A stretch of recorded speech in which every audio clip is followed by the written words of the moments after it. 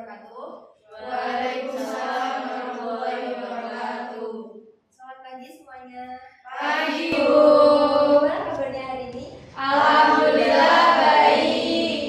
Alhamdulillah ya. Sebelum kita mulai pembelajaran hari ini, ketua kelasnya minta tolong untuk dipimpin doa ya. Siap, Bu. Sebelum memulai pelajaran hari ini, mari kita berdoa menurut agama masing-masing. Berdoa dimulai.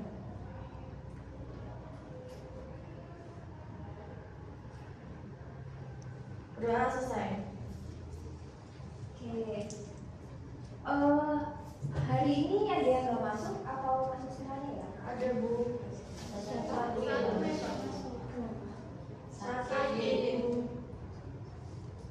Oke, langsung kita mulai ya. Jadi pada pertemuan sebelumnya kita kan belajar tentang basis data. Ada yang masih ingat nggak apa itu basis data? Ada yang ingat? Ya, silakan.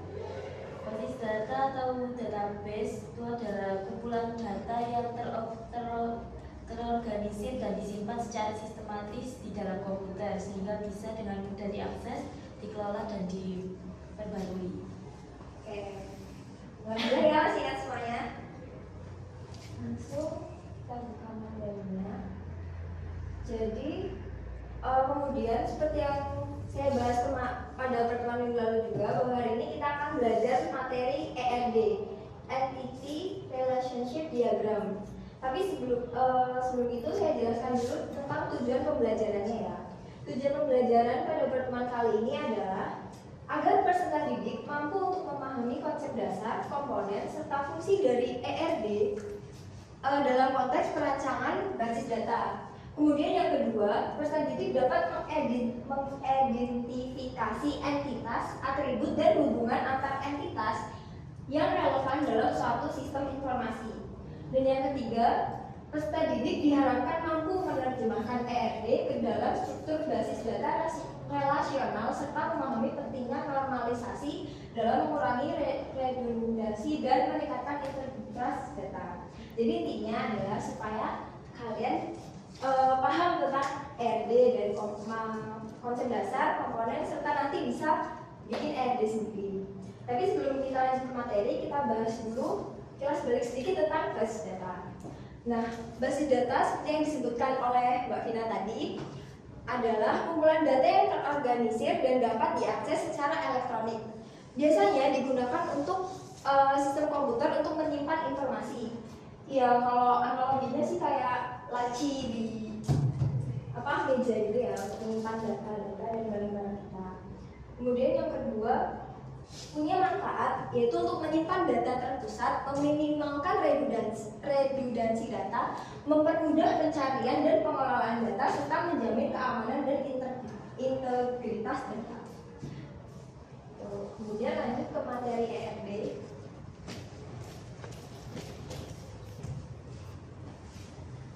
Nah, sekarang kita akan membahas mengenai ERD. Nah, teman-teman ada yang anak-anak di sini ada yang tahu ERD itu apa? Saya Apa? Coba. mungkin diagram atau gambar yang menggambarkan struktur data dalam suatu sistem, termasuk hubungan relasi antar data. Benar sekali untuk Mbak Vini. Coba kita baca sama-sama apa itu ERD. Ayo.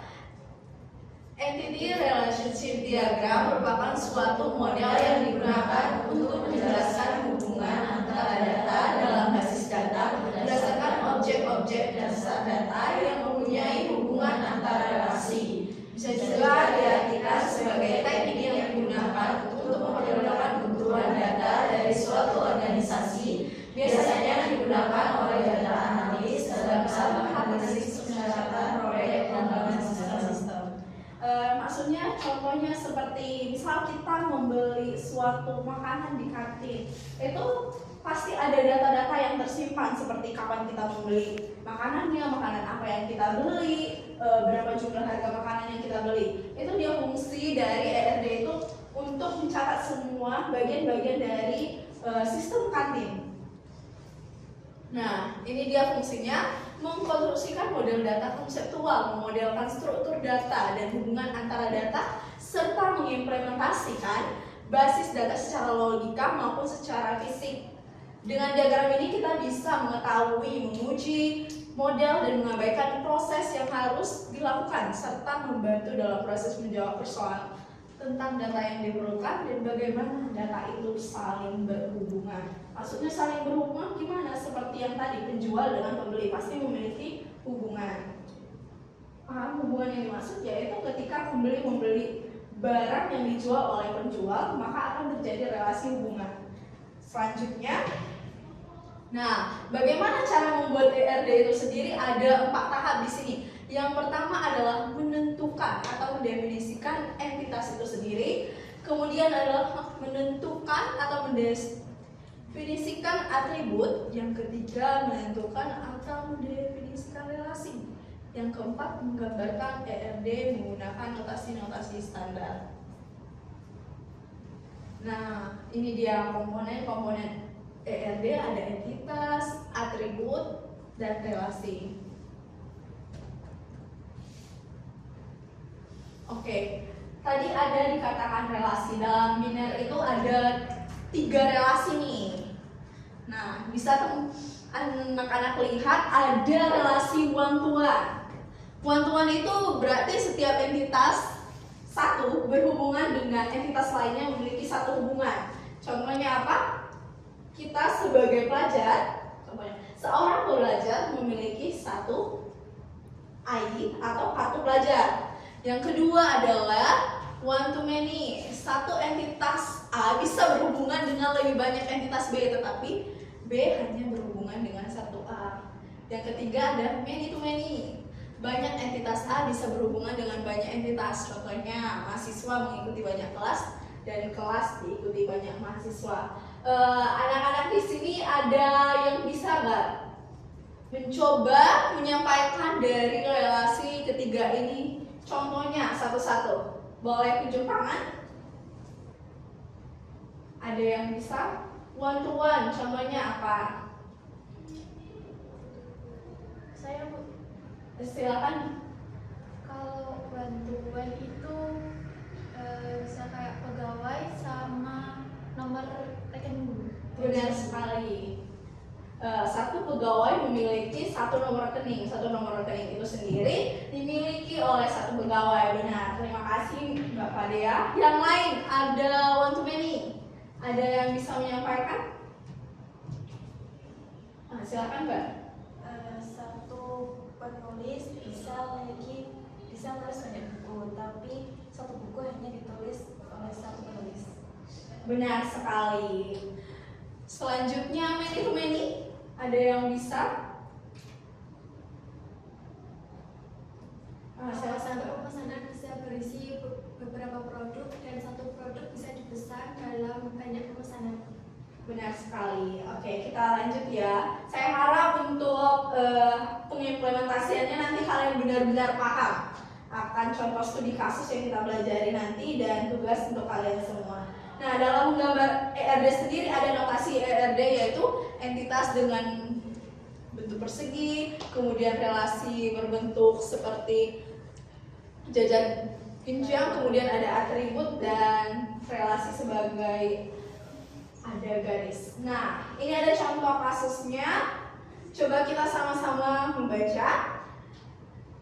Sebuah perusahaan distribusi memiliki sistem pengadaan barang yang melibatkan banyak supplier. Setiap supplier dapat menyediakan satu atau lebih jenis barang. Proses pembelian barang dari supplier dicatat oleh sistem untuk keperluan pengelolaan stok, pengeluaran, dan laporan pembelian. Buatlah diagram ERD sesuai dengan studi kasus tersebut. Nah, untuk membuat ERD-nya tadi ada beberapa langkah, ada 4 langkah. Yang pertama kita tentukan dulu entitasnya. Entitas dari studi kasus ini ada 2, ada yang bisa menyampaikan? Yaitu supplier dan barang. Kemudian dari supplier dan barang ini memiliki atribut-atribut, yaitu pertama itu ID supplier, kemudian nama dari supplier itu, alamat, kontak, kemudian dari barang sendiri ada atributnya, ada ID barang, nama barang, harga satuan. Relasi apakah yang terbentuk dari antara supplier dan barang ini? Relasi membeli. Nah, membeli di sini ada hubungannya relasi many to many, benar sekali. Nah, pada saat relasi many to many ini membentuk atribut baru yaitu ID pembeli dan jumlah barang. Kenapa nggak ditaruh di supplier? Kenapa nggak ditaruh di bagian entitas barang? Karena jenis atau barang yang dibeli jumlahnya juga itu selalu berbeda-beda sehingga dalam relasi hubungannya membentuk entitas atribut baru di bagian relasi membelinya. Oke. Nah, sama-sama kita bahas ini ada satu contoh lagi. Oke, studi kasus Toko Makmur Jaya.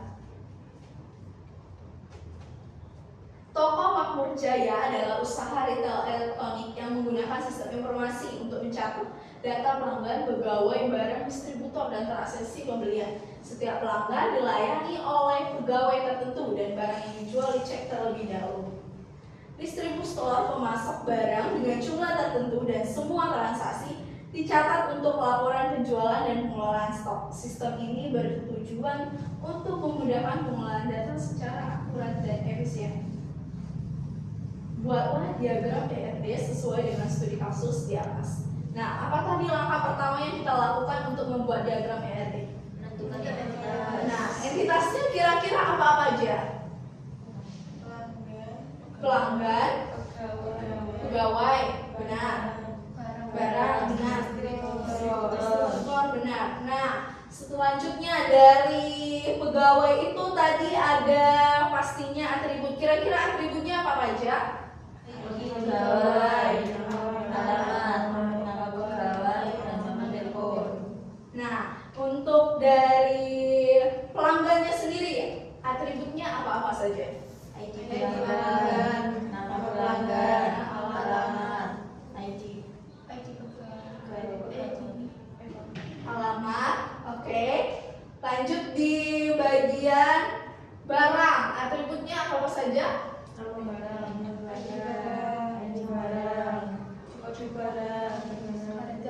Harga, benar, kode, benar.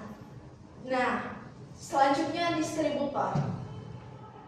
Apa saja yang menjadi atributnya? ID distributor, nama distributor, alamat. Alamat, benar. Nah, hubungan dari pelanggan menuju ke pegawai kira-kira hubungan apa? Hubungan relasi yang terbentuk apa? Many to one, yaitu mereka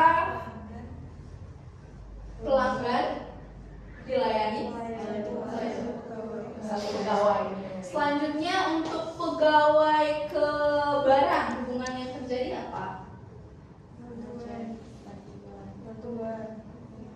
Relasi yang terbentuk ngecek dengan many to many, benar. Selanjutnya dari distributor ini terhubung ke mana? Ke barang. Terbentuk relasi. Oke, dengan kata display. Barang di display dari distributor. Oke, cukup benar ya. Saya harap anak-anak sekalian sudah paham tentang ERD. Ada contoh tugas yang akan saya berikan kepada kalian di sini. Ada dua kasus.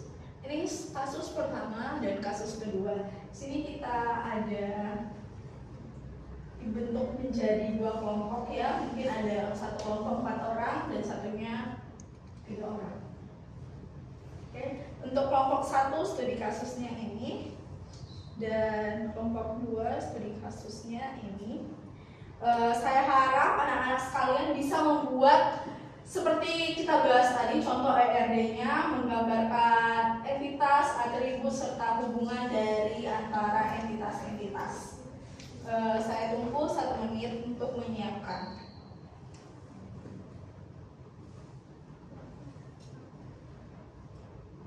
Oke, untuk itu saya ganti ya satu kelompoknya menjadi 2 orang saja. Dan teman-teman bisa memilih studi kasus pertama atau studi kasus kedua. Oke.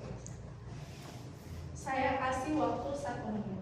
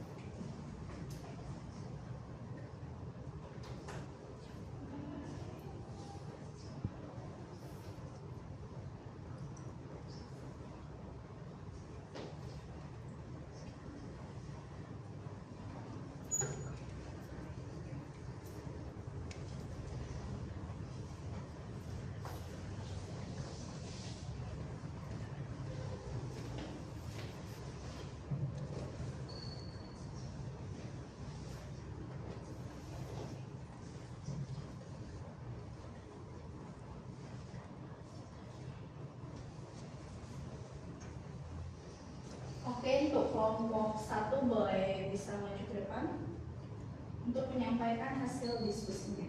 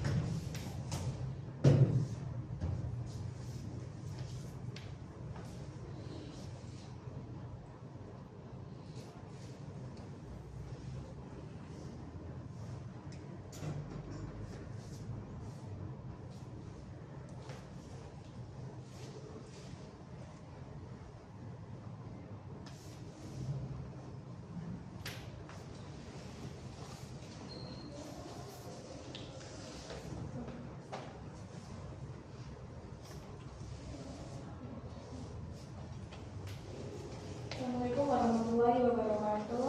Waalaikumsalam warahmatullahi wabarakatuh. Kami dari kelompok 1 akan mempresentasikan hasil kerja dari kelompok kami. Yang pertama, terdapat entitas yaitu mahasiswa, anggota perpustakaan, dan yang terakhir yaitu entitas buku.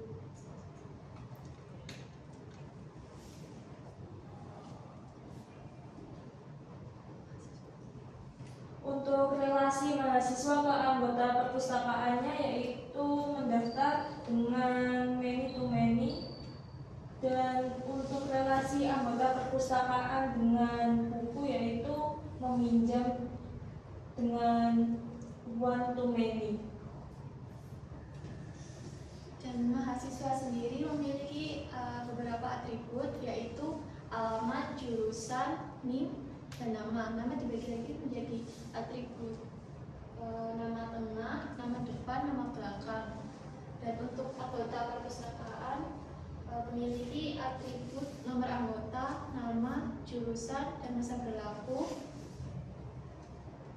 Untuk buku sendiri memiliki atribut judul buku, nomor buku, tahun terbit, penerbit, jenis buku, dan juga pengarang.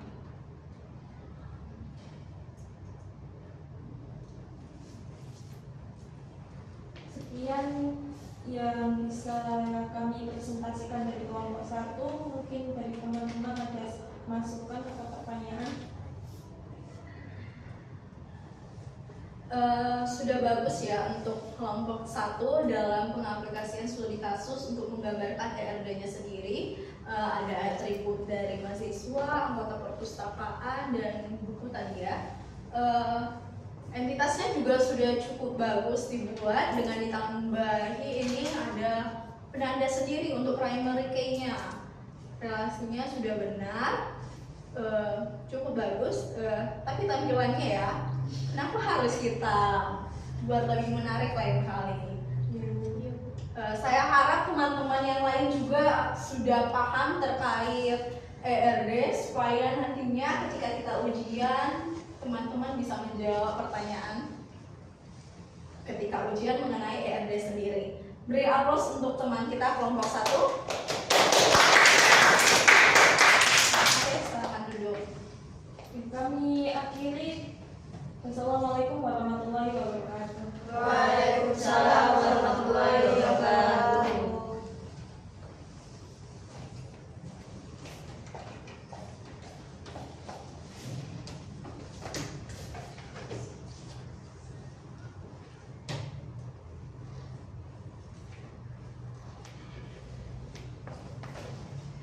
Baik anak-anak, kali ini kita telah sampai di penghujung pembelajaran.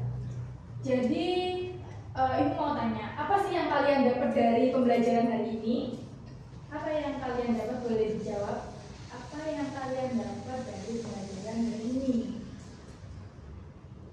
Kami jadi mengetahui cara membuat ERD, yaitu menentukan entitas, atribut, kemudian relasi. Ya betul. Lalu mau nanya nih, ibu mau nanya, apa sih hubungan antara basis data dengan ERD? Seperti kan kemarin kita udah membahas basis data, sekarang kita bahas ERD. Kesimpulan kalian, apa itu hubungan antara basis data sama ERD?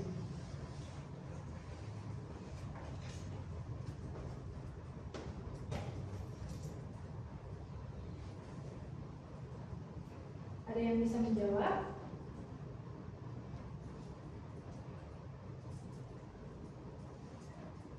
Saya dulu. Ya, silakan. ERD itu menjadi dasar atau fondasi untuk membangun basis data supaya lebih terstruktur.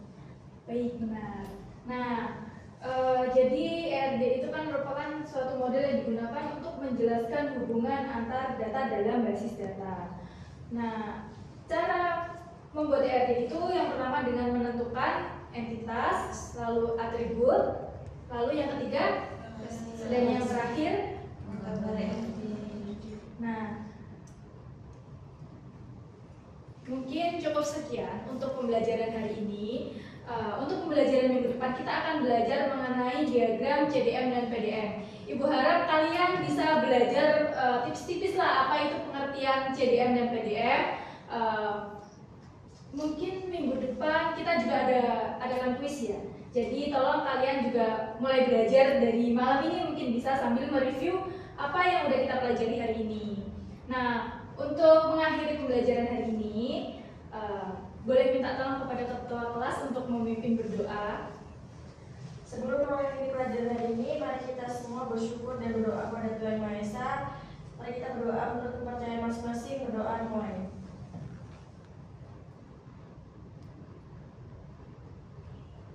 Doa selesai. Mungkin cukup sekian dari saya. Mohon maaf apabila ada salah kata atau mungkin perkataan saya yang tidak sengaja menyinggung kalian. Terima kasih atas antusiasnya dalam pembelajaran hari ini. Wassalamualaikum warahmatullahi wabarakatuh.